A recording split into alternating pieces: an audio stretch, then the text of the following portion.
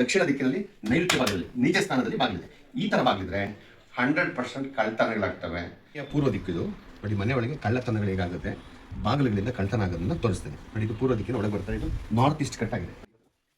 ಉತ್ತರ ದಿಕ್ಕಿನ ಮಧ್ಯಭಾಗ ಇದು ಉಚ್ಚ ಸ್ಥಾನ ಅಂತ ಹೇಳ್ತಾರೆ ಉತ್ತರ ದಿಕ್ಕು. ಇದು ನೀಚ ಸ್ಥಾನ ಅಂತ. ಇಲ್ಲಿ ಬನ್ನಿ ನೋಡಿ, ಇದು ನೀಚ ಸ್ಥಾನ ಈ ಕಡೆ ಬಂದಾಗ ನೋಡಿ, ನೀಚ ಸ್ಥಾನ ಈ ಕಡೆ ಬರುತ್ತೆ ಸ್ಟ್ರೈಟ್ ನೋಡಿ. ದಕ್ಷಿಣ ದಿಕ್ಕಿನಲ್ಲಿ ನೀಚ ಸ್ಥಾನದಲ್ಲಿ ಬಾಗಿಲಿರಬಾರ್ದು. ನನ್ನ ರಾಶಿಗೆ ಆಗ್ಬಿಡುತ್ತೆ, ನನಗೆ ಆ ವಾಸ್ತುವ್ರು ಹೇಳ್ಕೊಟ್ರು, ಈ ವಾಸ್ತುವ್ರು ಹೇಳ್ಕೊಟ್ರು, ಮತ್ತು ಈ ಆಯ ಇದೆ, ಆ ಆಯ ಇದೆ ಅಂತ ಹೇಳ್ಬಿಟ್ಟು ಹೇಳಿದ್ರು. ನನ್ನ ಜಾತಕ, ನನ್ನ ಜ್ಯೋತಿಷ್ಯಕ್ಕೆ ನನಗೆ ಚೆನ್ನಾಗಿರ್ತೀನಿ ಅಂತ ಹೇಳ್ಬಿಟ್ಟು ಬಾಗಿಲು ಇಡಿಸಿದ್ರು ಅಂತ ಹೇಳ್ತಾರೆ. ಈ ಥರ ಬಾಗಿಲಿಟ್ರೆ ಮನೆಯಲ್ಲಿ ಹಿತ್ತಾಳೆ ಪಾತ್ರೆ ಆಗಿರಲಿ, ಅಡುಗೆ ಮನೆ ಪಾತ್ರೆ ಆಗಿರಲಿ, ನೀವು ಕಳ್ಳತನ ಆಗುವಂಥ ಪರಿಸ್ಥಿತಿಗೆ ಆಗ್ತವೆ. ಈ ಕಳ್ಳತನ ಆಗುವಂಥದ್ದು ದಕ್ಷಿಣ ದಿಕ್ಕಿನಿಂದ ಆ ಕಡೆ ಅಗ್ನಿ ಮೂಲೆ ಕಡೆ ಬಾಗಿಲಿಲ್ಲ. ಇದು ಯಮನ ಜಾಗದಲ್ಲಿ ಬಾಗಿಲಿದೆ. ದಕ್ಷಿಣ ದಿಕ್ಕಿನಲ್ಲಿ ನೈಋತ್ಯ ಭಾಗದಲ್ಲಿ ನೀಚ ಸ್ಥಾನದಲ್ಲಿ ಬಾಗಿಲಿದೆ.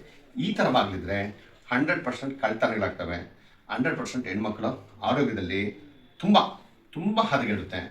ಮನೆಯಲ್ಲಿ ಗಂಡಸರು ದೂರ ಕೆಲಸ ಮಾಡಬೇಕಾಗುತ್ತೆ. ಗಂಡು ಮಕ್ಕಳು ಏಳಿಗೆ ಆಗೋದಿಲ್ಲ. ಹಾಗಾಗಿ ಸ್ನೇಹಿತರೆ, ಈ ಥರ ಇದ್ದರೆ ಮೊದಲು ಚೌಕಟ್ಟುಗಳನ್ನು 1, 2, 4, 6, 8 ಲೆಕ್ಕಾಚಾರ ಅನುಸಾರವಾಗಿ ನೋಡಿಕೊಂಡು ಅದನ್ನು ಮುಚ್ಚಿಸಿದ ವಾಸ್ತು ಪ್ರಕಾರ ಬಾಗಿಲಿಟ್ಕೊಳ್ಳೋ ಥರ ಮಾಡ್ತೀವಿ. ನೋಡ್ಕೊಂಡು ಹುಷಾರಾಗಿ.